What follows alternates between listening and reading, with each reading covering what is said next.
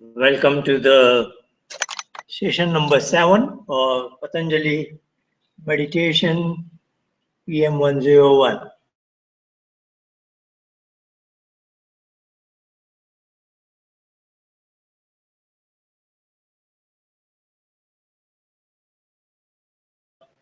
Getting more proficient in meditation.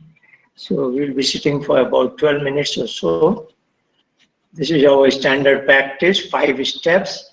We are in the body posture, Sukhasana or Siddhasana or any other possibility you have. Then we devote a couple of minutes to deep breathing, abdominal diaphragmatic breathing, 4 phases in a breathing cycle. In the retention mode, when we are holding the breath inside or outside, we should mentally aside that sound O. Then we are in step 3. Now we take a slight pause, and as if my mind wants to send in what it is very overwhelmed with, but we don't entertain those thoughts. We take about I will say a detached look over what mind is trying to share with us. And once it calms down, so just just to give you a metaphor, as if you have a ball in your hand, and you let it go to the ground, it bounces back, and finally it comes to a still kind of situation. So if you're just watching, if you don't touch the ball again, it is bouncing, and finally it goes to a drop dead position. So that's the sort of scenario we expect from our mind. With the last few weeks of practice, yes, it brings in some thought, but you are not entertaining it, and then it calms down itself. Even if it doesn't calm down, don't wait too long. We move on to the 3rd step. Of course, it is much better if it is relatively calm, and then we give it an instruction through that sound of oh. And now we are tuning our mind that as I say this sound, I expect you to become calm. And then we focus it between the 2 eyebrows, and that is where we want it to settle down. And then, when we are quite confident, we disconnect from it and walk into our cave. So that has been our model. Let's do it now for the next 10 minutes or so.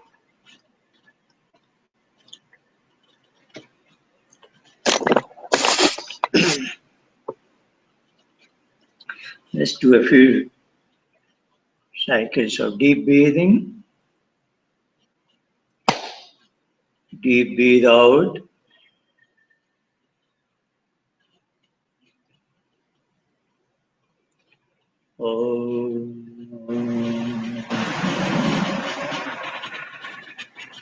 Breathe in.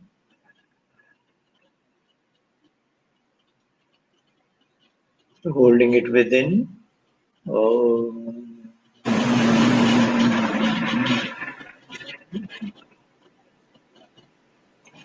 Breathe out.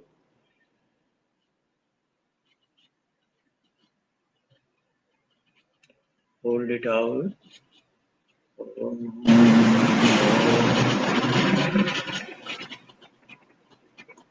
Breathe in.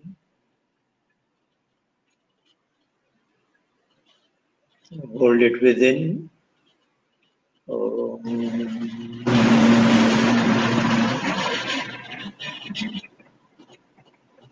Breathe out.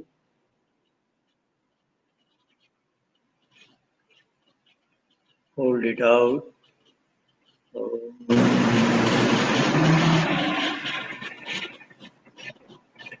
Breathe in.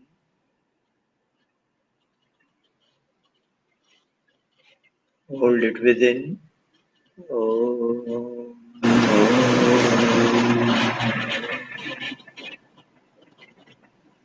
Breathe out.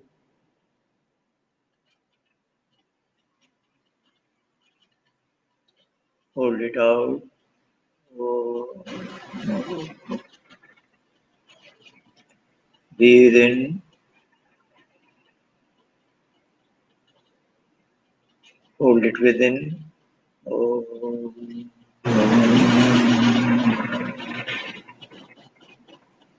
One more last cycle. Breathe out.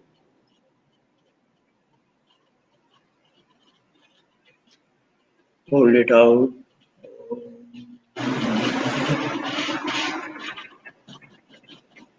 Breathe in.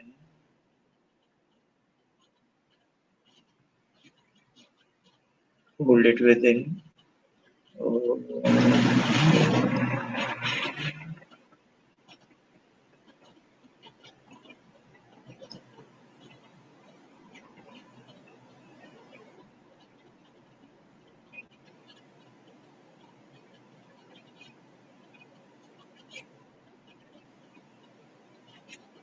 Let's step the mind with that sound 5 times together.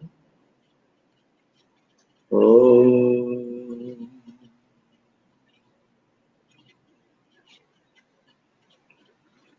Oh.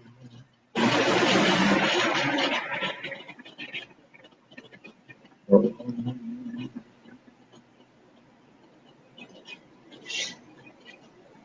Oh.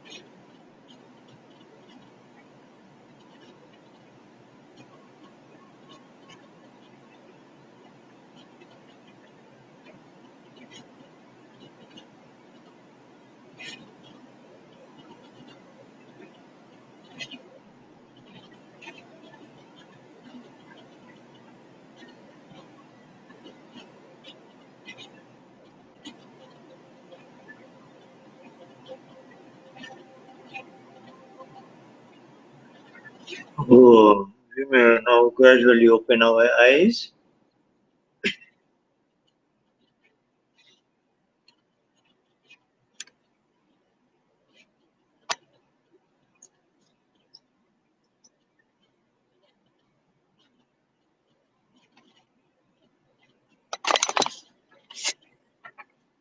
Following the ebook, last week we have discussed the concept of inner energy, because we are always talking deep meditation when mind is blank and I am disconnect from my mind. Then as if my innermost consciousness, the soul, as if that is connected to the infinite source of energy in the universe. And that gives me a kind of inner energy which shows up everywhere. What we call watering the root of a plant. If you give water and fertilizer to the root of a plant, it shows up everywhere in all branches, in all leaves, etc. Then we have also discussed meditation and sleep.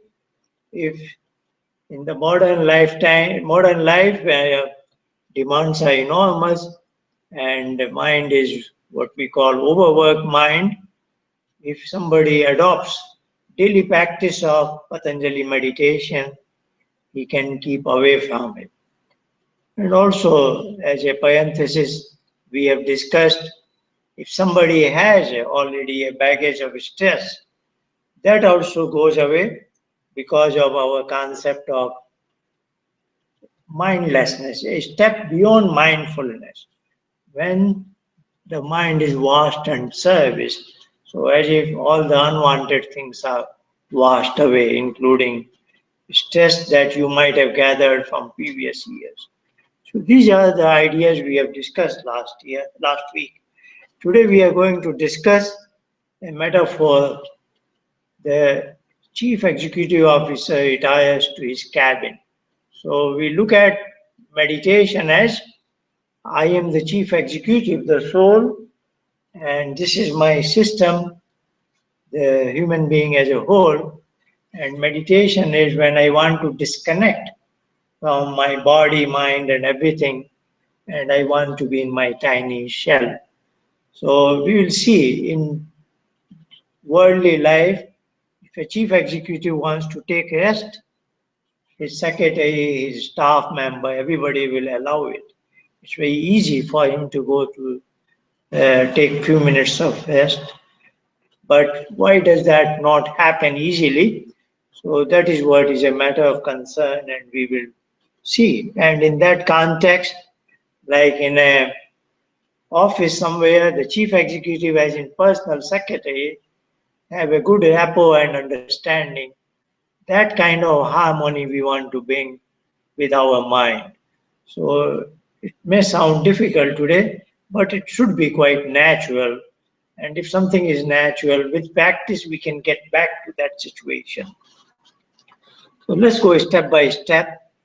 So me and my mind, we are very much proud of not our approach, this is Patanjali's approach, where he insists that apart from the body domain, which is our gross body, we have a subtle domain of mind, and that is not me totally.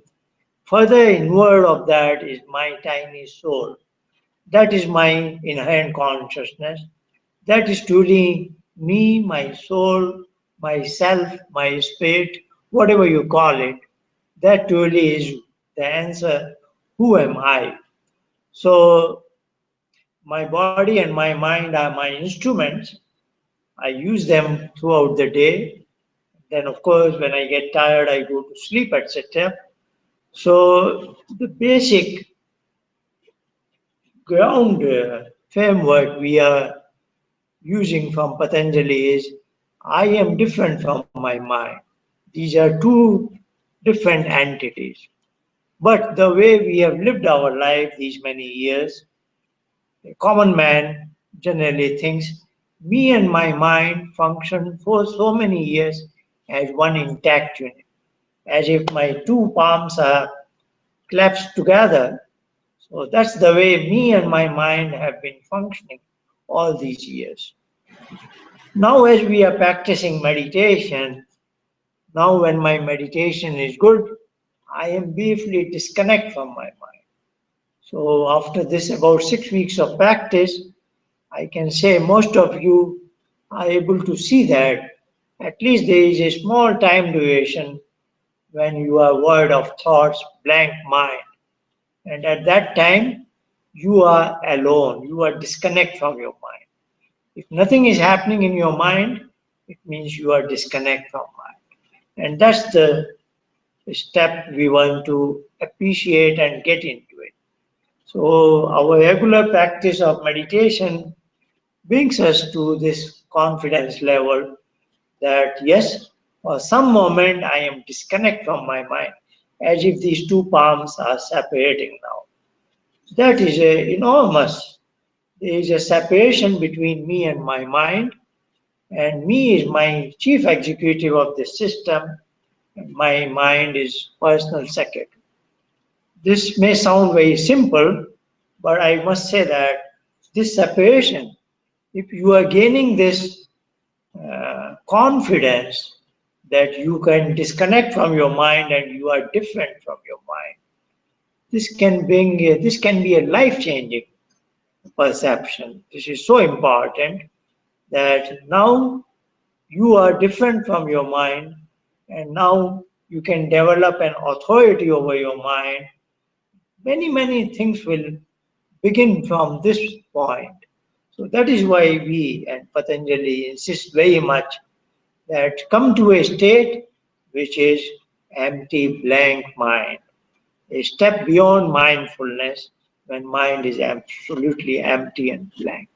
So this is such an important thing. I think I will raise it again in the course of the this particular course.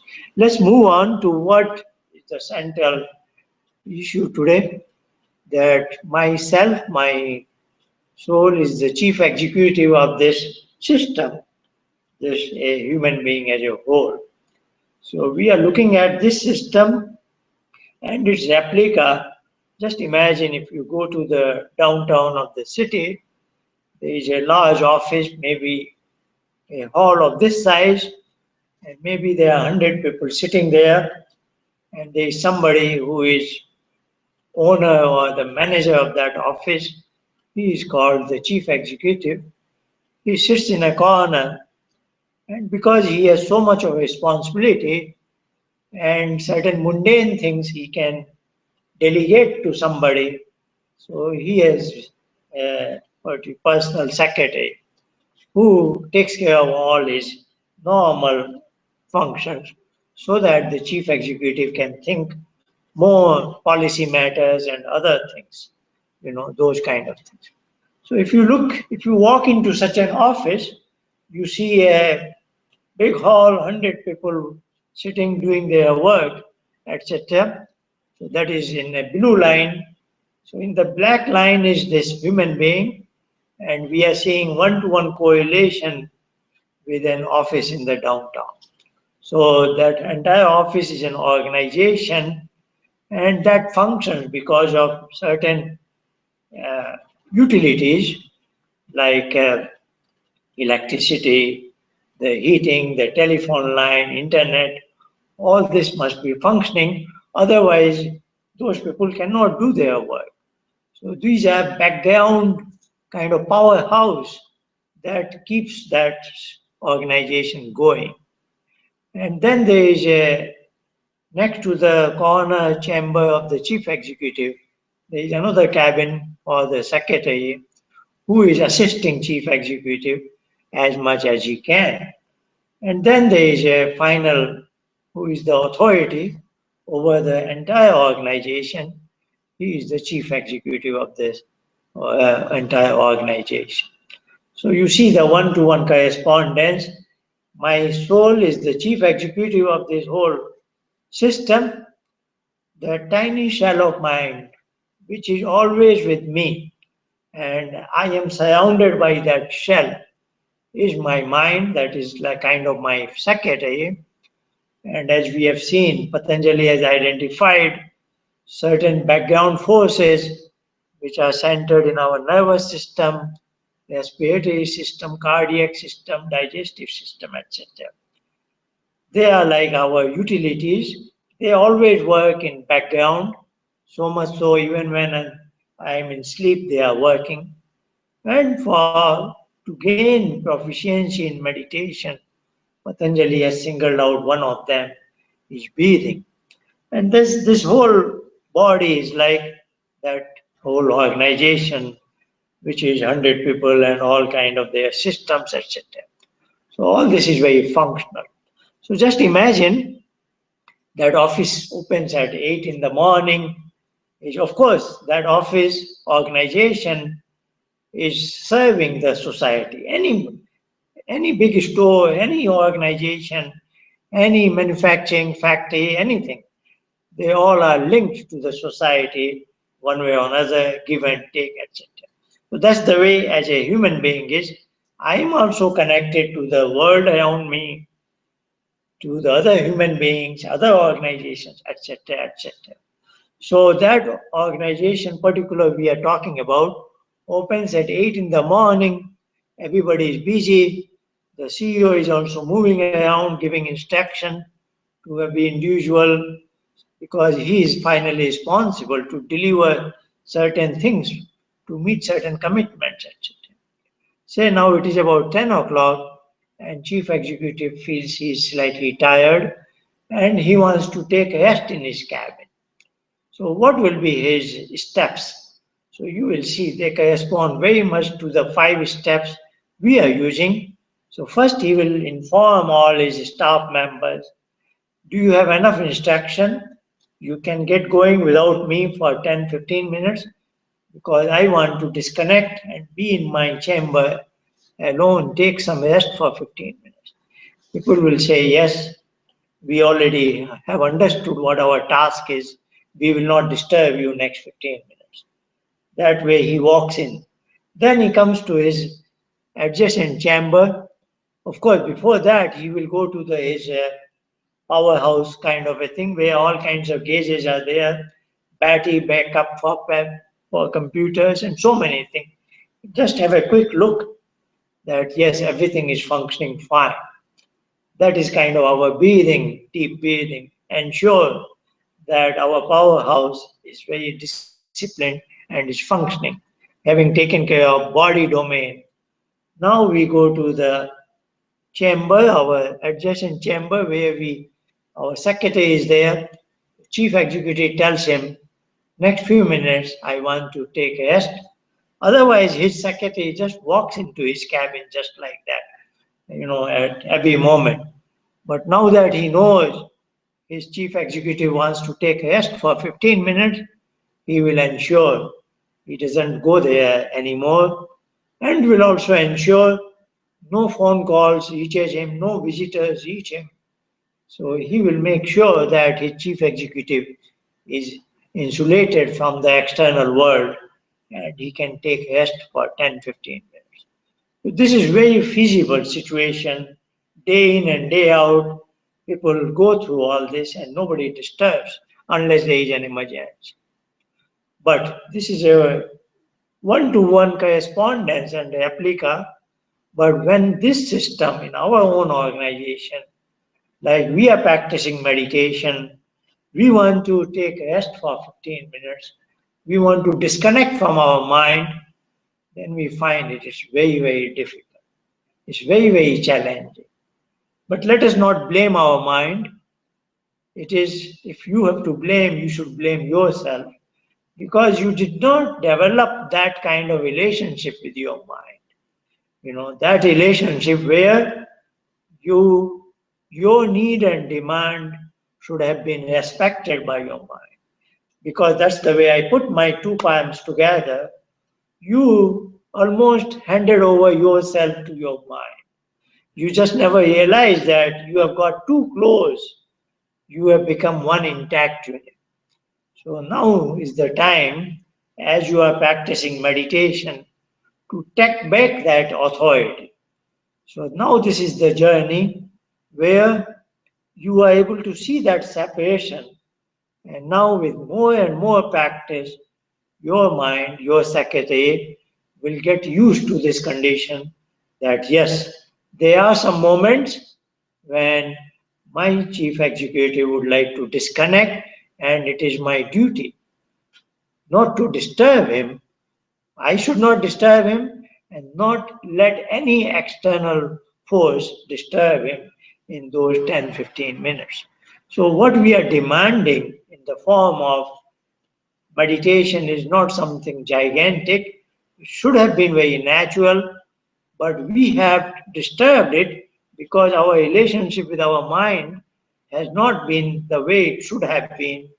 And that is what we want to bring it back on the right level and take the authority which should be with me. So that's the way it is. And we can always improve the situation. So what we are basically demanding or expecting is a kind of harmonious relationship with our mind, where it should become very natural, like in an office. Chief executive tells him, I want to be alone for these many minutes. He will let him be alone for that. But there is a concept, and I see it in some books and some internet, all kinds of things. People have almost accepted that my mind is like a monkey. It just goes here and there as if I cannot have any authority over it. So even such a term has been used, and even in Indian Middle Ages history, mind has not been viewed in a positive manner. But this is something we don't accept it. We don't accept that mind is like that. We want to improve the relationship and bring it at par with something like where he is like chief executive secretary. So that is a model I have in mind where we should exercise control and authority over them. Control is not a very good word, that's why I have put as a question mark. But as we are building up that practice, we can say this word control, but you will see it in the next line. I don't, I go into another example. Rather than CEO and secretary, I like to say mother and child relationship. Because we want to see our mind as our own something. It's not that he's a monkey and he has been just somehow been allotted a chamber next to mine. It's not like that. It's all wonderful nature's design, and somehow we have let it go loose, and now we want to take care of it. So, mother and child is also a good way to look at it. The chief executive and his secretary. There is an element of love and care, and that is what is so important. So, we want to see our mind in a very positive light. As you sit for meditation, so if you see him as a child, you will be very, uh, you know, in a positive manner, or in any meeting, etc. Be a listener and let the mind say what it is overwhelmed with and note its concerns. So, when you develop a mother and child relationship, then you are developing in a very positive manner with due love and care. So, and not, don't look at it as a monkey and you need a kind of a stick to control it. So we don't want to develop that kind of a model. We think it is a very positive relationship which somehow unfortunately has slipped away, and we want to bring it to the right course. So I will say you look at it as a chief executive secretary model or as a mother and child relationship. Let's look at it. What is the job description of mine? If you really see it, it is all very positive. There is no reason to complain about your mind. Anything your mind does is basically to upgrade quality of life.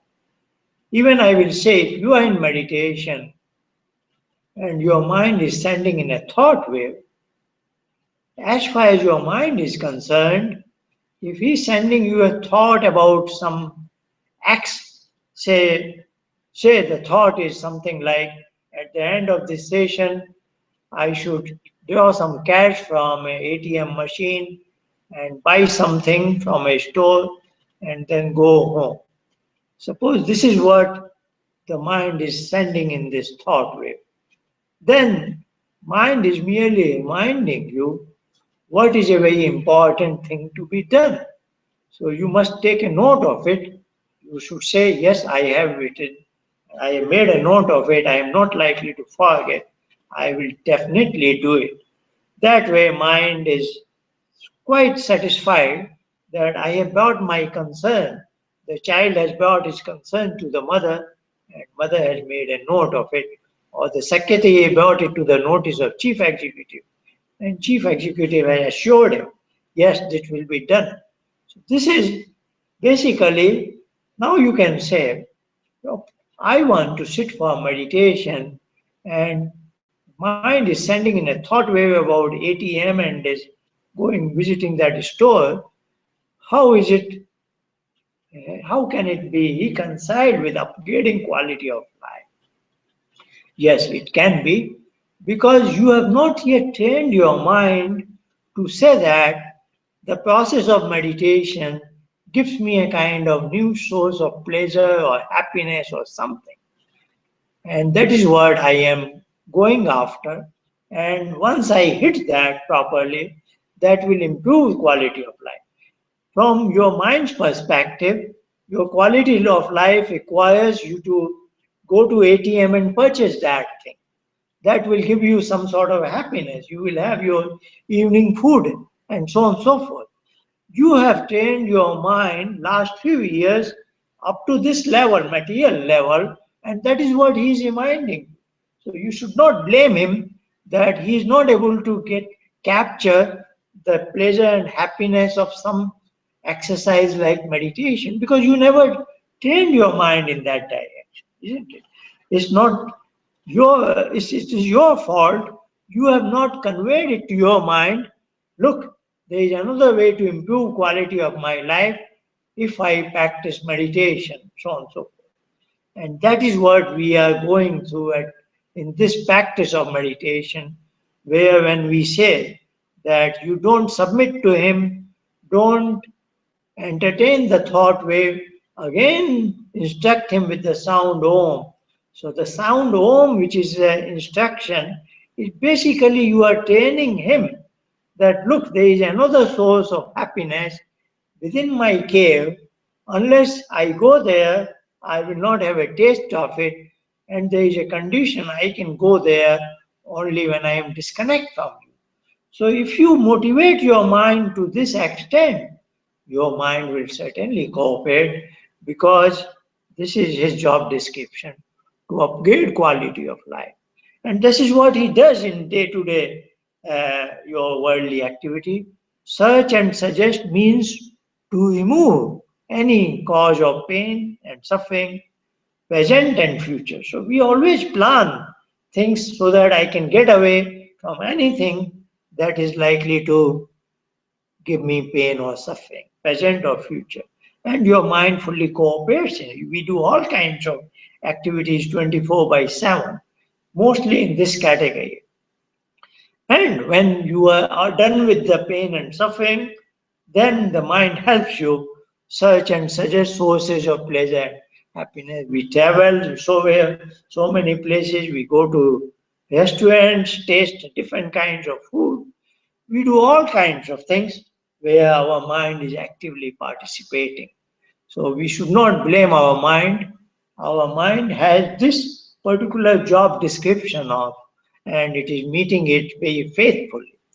Now, the whole game of meditation is you are upgrading your life from material pleasure or sensual pleasures to a deeper kind of happiness where the body organs are not much coming in contact with the objects of pleasure.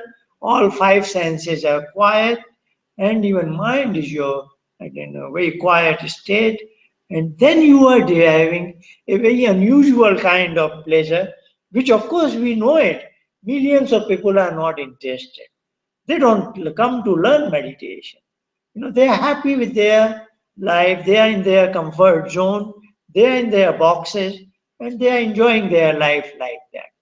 So if you look at their mind, because that's the level they are functioning, at materialistic level or intellectual level, mind level, whatever you call it, they are happy with it, and their mind will come up with ideas in that plane only. That we are at a third level where not even body pleasure, not even mind activities are.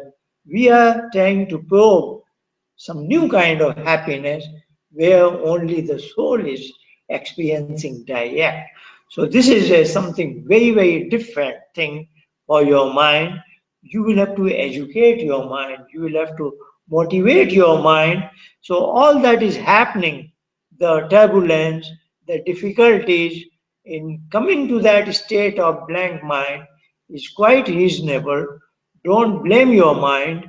It is now your job to educate and motivate your mind. And if it is really there, it will cooperate definitely.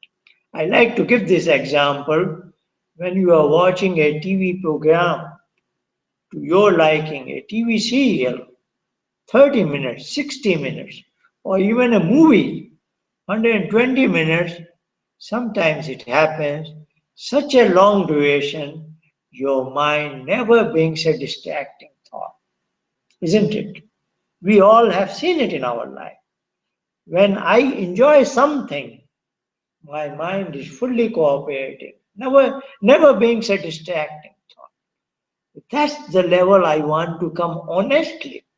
I honestly want to come to the state where I tell my mind I am enjoying meditation. And once you are really enjoying meditation, your mind will not bring in a thought wave, will not disturb you. So this is for you, and every individual will go through this journey in his or her own manner. So all this is quite reasonable, but that is the name of the game of the meditation. It takes its time. Every individual is on his own journey and takes its own time. If you don't give up, if you are persistent, definitely there will be progress. So that's what you want to impress upon your mind. Somewhere I have read this in the book, or I heard in a lecture. This is what Patanjali is saying. There is a new source of happiness. But that can be tasted. I can reach to that source only if I go alone. I must be disconnect from my mind because the cave is so tiny that only the soul can fit in alone. And that's where it is so important to be mindlessness. So you are practicing it, you see a small distant taste of it, and then you tell him, even though I have no taste of meditation, but there was a time I had a taste of deep sleep. Deep sleep is something everybody has had it. If not in the recent past, sometime in our childhood, some months ago, some years ago, you must have had deep sleep. And when you emerged from deep sleep, that was very good. So that is what you want to tell your mind. In deep sleep, you are not watching any dreams. All this was shut off, and then it was so nice. I want to be in that same state, but in the sitting posture and in conscious mode, so that I can have real time taste of that superb happiness. So, I generally don't want to bring Sanskrit terms here, but again, as an exception, if I am functioning with body and mind, then there are two extremes. In our language, we call it sukh and dukh, joy and pain. And all other possibilities are mix of them, isn't it? There is a duality, two extremes are there. When I am disconnect from my body, I am functioning just in my mind.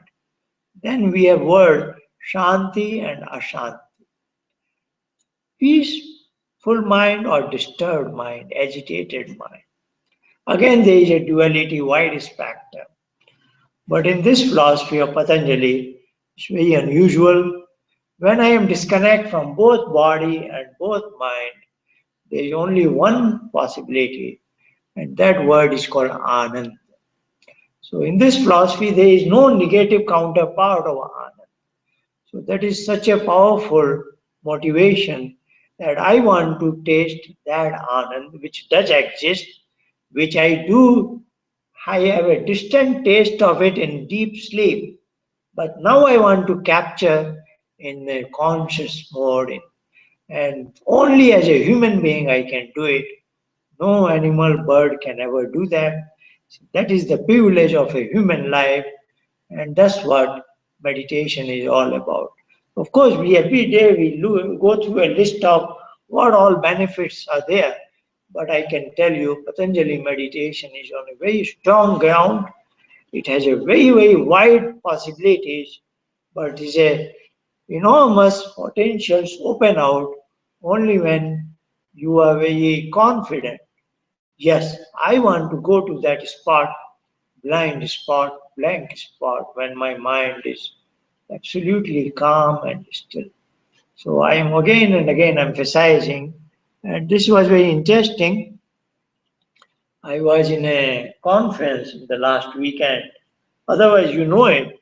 The whole scenario of meditation is in the direction of mindfulness. Everybody talks mindfulness meditation. But then I heard a medical scientist saying that they conduct all kinds of experiments from pain, all kinds of electric voltage, they capture it and all. Then they have noticed distinctly different kind of outputs. When it is in mindfulness, there are certain higher amplitudes of the wave, and then they have noticed another state when the amplitudes are much smaller. So I asked them, what is the word you call it? You characterize it as? He said it is transcendence state. So what we are calling as Patanjali meditation or mindlessness, that medical scientists use the word transcendence state. But I am happy that in the scientific community they are saying there is one more step beyond mindfulness, and that's what we are aiming at. And philosophically, that opens out enormous possibilities, servicing of mind. You become a new natural human being. And I give the example of that smile of a child, a small child, full of that inner energy. And then new insights, when your mind skin is blank, sometimes new flash is there. But then today we have briefly discussed, you get a taste of something beyond body and mind, what is called Ananda. You have a real time taste of it. And when you have had that, it just changes your life in the sense you are so confident that you have the source of happiness within you. You are not dependent on anybody else. You are not dependent on anything else in the world. That is an enormous empowerment. So, Patanjali meditation has endless possibilities, but we have to be persistent. Mind requires time to grasp meditation. So that's what we have to be very reasonable with our mind, because we are talking a very different kind of a thing. And that's where that practice is so important. As opposed to all activities, the soul cannot be accompanied by mind doing meditation. With continuous practice, mind will get trained and tuned. So just like I gave you the example, watching that television serial, your mind is cooperating. So as you get a taste of meditation, if that brings in that inner satisfaction to you, your mind will understand it. That will get registered. And then when you do it next time, you will see it is more cooperative. So sometimes I like to describe the journey, what we have discussed at one point in response to one of your uh, questions, that step 4 to 5. Step 4 to 5 is look at it as a climb uphill through many plateaus. So now you are in 6 weeks of this practice, you should be able to visualize it. Step 4 to 5 is a climb uphill, but it goes up, then there is a plateau, you have to practice there for long, then you make one more jump, it goes on like that. But the beauty is, wherever you are, you get twofold benefits. One is the benefit of meditation that is incumbent upon that plateau. And second is you gather strength to make another jump, and maybe few days, few weeks later, you will be finding yourself on the next plateau. So look at it like this, and this is a endless journey, but you can enjoy it. And let's devote next few minutes to meditation. Again, about 12 minutes.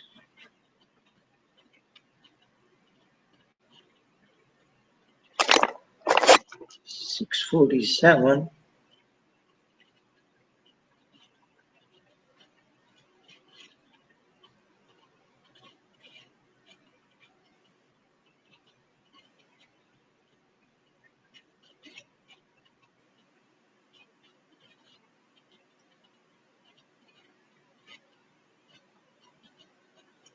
Okay.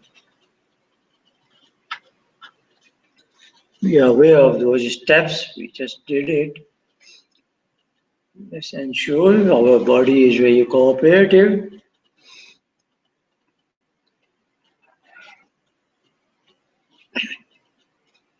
We do 3 to 5 cycles of deep breathing. Breathe out.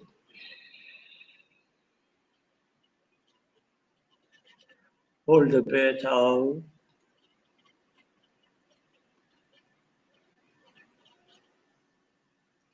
Breathe in. Hold it within. Breathe out. Hold it out. Breathe in. Hold it within.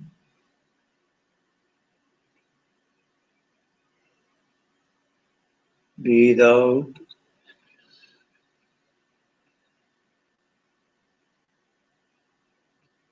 Hold it out.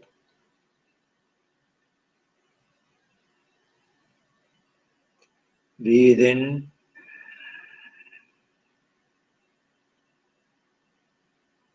Hold it within.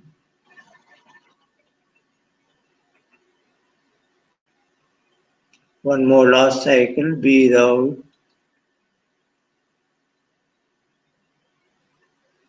Hold it out. Breathe in.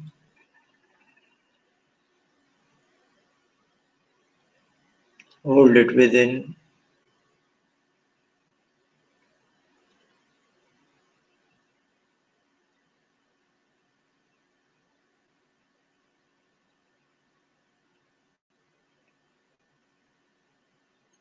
Let's instruct our mind.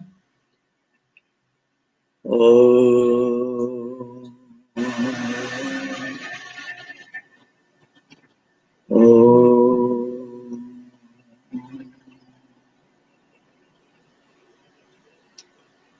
oh,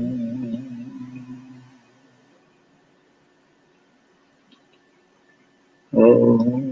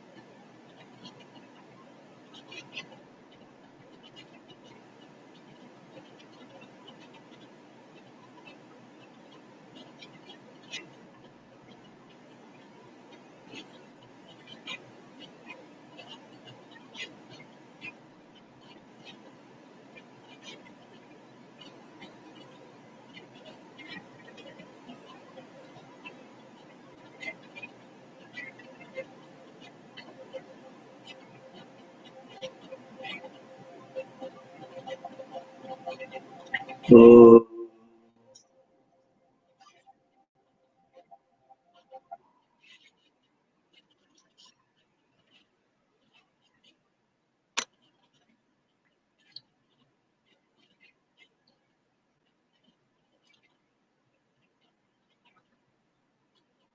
and I want to read out this slide. We have been adding some new and new into this list.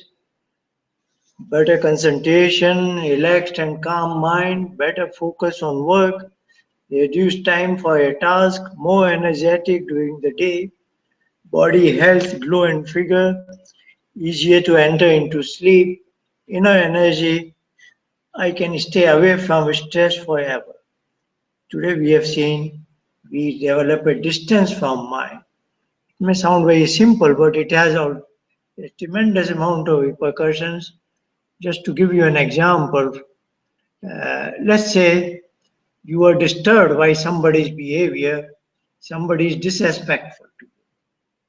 But anything is brought to your attention by your mind. Now that you are separated from your mind, you are able to view it from a distance. Okay, my mind is letting me know about an event. It is now for up to me how much I want to be affected by this event. You know, if you are hand in hand with your mind, anything that comes there affects you. But now, as you develop the distance, you take a decision how much. Like you read a newspaper, some 20 people died because of a suicide bomber, but you don't start crying because, yes, this is a bad news, but you decide not to be affected by that. And you get going with your other responsibilities of the day. So when you have this separation, because that was a newspaper which is away from you, similarly, if you are away from your mind, that distance and separation will change your life in many manners. You will be detached. You will not get unnecessarily into all kinds of situations. And also we have seen, let us build a better harmony with our mind, like CEO, secretary, or mother and child. Thank you all for your attention and see you next week.